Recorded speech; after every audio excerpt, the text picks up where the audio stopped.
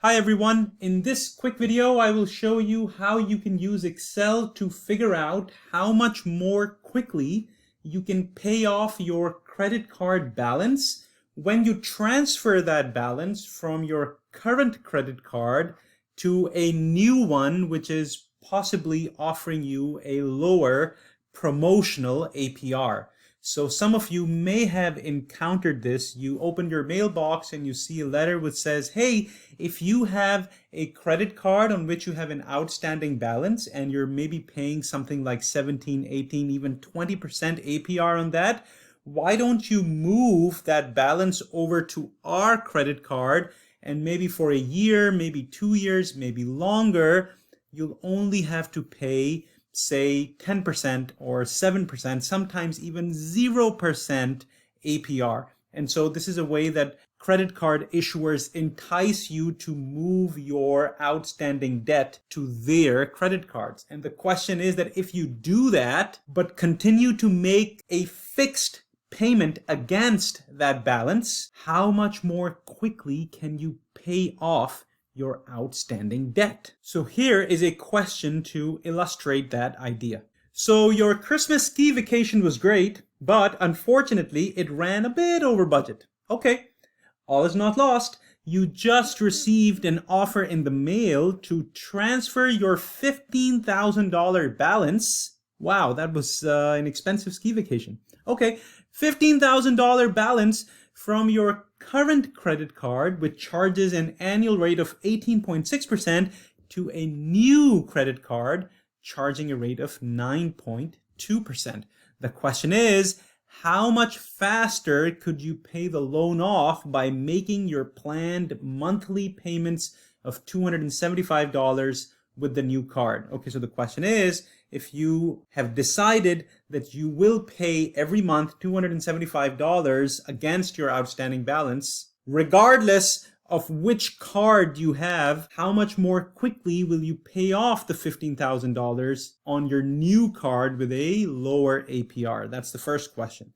And the second question is, what if there was a 2% fee charged on any balances transferred? This happens occasionally as well, where the new credit card issuer will say, look, we are offering you a low APR. However, we're going to charge you a 2% fee on any balance that you're going to transfer over. So let's take a look. So what I'm going to do is record some of this information right here. On the old credit card, we have an outstanding balance of $15,000. We also know that we're planning on making a $275 payment on a monthly basis against this debt. On the old card, the APR is 18.6%. If somebody asks you, how long is it going to take you to pay off this loan if you continue to make this payment, the function that you want to use in Excel is called NPER, which stands for the number of time periods. Because we're recording monthly payments in months, everything in this function will go in months. Specifically, when you open the parentheses, it will ask you for the rate. The rate is not 18.60%, it's 18.60% divided by 12 because that's our monthly rate. The payment, because that represents money going out, I'm going to record that with a negative sign, so negative 275, and the present value is the amount of the money that we have today or the debt that we have today, which is $15,000. And so if you now close the parentheses, you get 121.4. This is in months. So if you wanted to convert this into years, it would be 121.4 divided by 12, of course, which is about 10 months and a few days.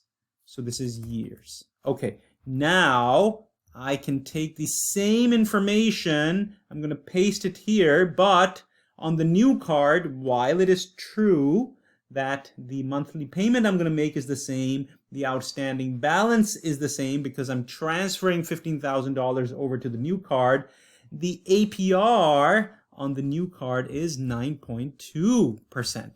And so now if I copy this formula and just paste it here, it's basically taken the same inputs except that for the interest rate, It's doing 9.20 divided by 12. Everything else, of course, is the same. It shouldn't be a surprise that it's going to take you fewer months. If somebody asks you how much quicker can you retire your balance with the new card, the answer is, well, 121.4 months minus 70.9, so about 50.4 months. This is the number of months that you will save. That's the answer to part A of this question. The second part of the question asks, what if there was a 2% fee that is charged on any balances transferred?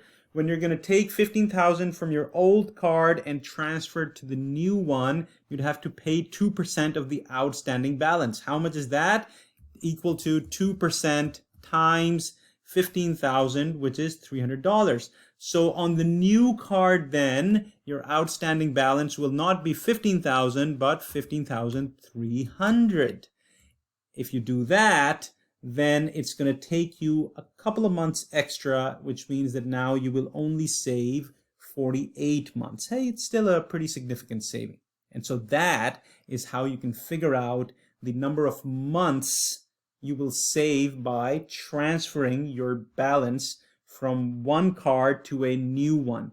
Now, in the real world, this calculation can be very, very useful for you. Why? Because while it is true that some credit card issuers will offer these low APRs to entice you to transfer your balance from your old card to a new one, these APRs of 9.20% might only be available to you for a certain number of months, sometimes 12, sometimes 24. As you can see, if you are going to be making $275 payments against this kind of a loan, it's going to take you way longer to retire the balance, which means that you must pay attention to the APR that you are going to be charged after the promotional period as well, and take that into account when deciding whether you should transfer your balance or not. If you found this video useful, click the like button and subscribe to the channel. And feel free to ask any questions using the comment section. Happy learning!